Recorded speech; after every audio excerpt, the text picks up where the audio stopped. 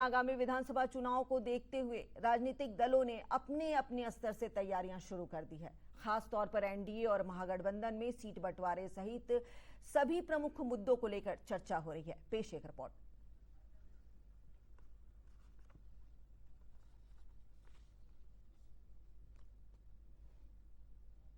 बिहार में विधानसभा चुनाव की तैयारियों के साथ ही राज्य में सीट बंटवारे को लेकर एनडीए और एनडी गठबंधन के घटक दल अपनी रणनीति बनाने में जुटे हुए हैं।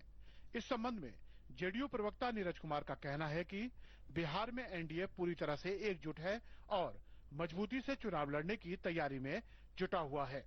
एनडीए में सीट को लेकर कोई उलझन नहीं है। राष्ट्रीय जनतांत्रिक गठबंधन में अभी कोई परेशान होने की जरूरत नहीं है। आदरणीय नरेंद्र मोदी और माननीय नीतीश कुमार जी पर लोगों का भरोसा है, इसलिए पांचों गठबंधन के घटक दल में ससमय बंटवारा हो जाएगा, समयोचित निर्णय लिया जाएगा। इंडी गठबंधन में आरजेडी और कांग्रेस मुख्य घटक दल हैं। इनके साथ सीपीआई, सीपीएम, सीपीआई माले और वीआईपी हैं। गठबंधन में सीट बंटवारे को लेकर माथापच्ची हो रही है। मुश्किल ये है कि कई दल इस बार अपने लिए अधिक सीटों की मांग कर रहे हैं।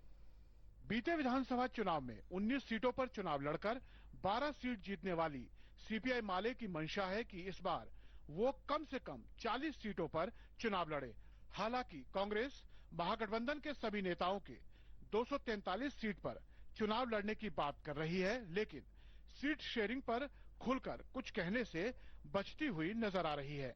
करीब 40 सीट पर हमारी तैयारी जोरों पर चल रही है, तो हमारे लिए संख्या कोई अलग से कोई सवाल नहीं है। हमने पूरे बिहार के नक्शे पर अपना नजर डाला है और हमने देखा कि कहां कहां माले के लड़ने से इंडिया गठबंधन का प्रदर्शन बेहतर हो जाएगा। सीटों का तालमेल वो ठीक से हो और हम उम्मीद करते हैं कि जब बातचीत अभी शुरू हुई है, सीटों को लेकर के बहुत प्राइमरी लेवल की बातें हुई है, मुझे उम्मीद है कि एक सार्थक सीट के बारे में भी हम लोग तय कर पाएंगे। बातचीत चल रही है और सभी दलों में एक बेहतर सामंजस्य है और कहीं कोई विवाद का विषय किसी स्तर पे नहीं। हर पार्टी को उसका वाजिब हक जो है वो मिलना चाहिए, मिलजुल कर लड़ना है।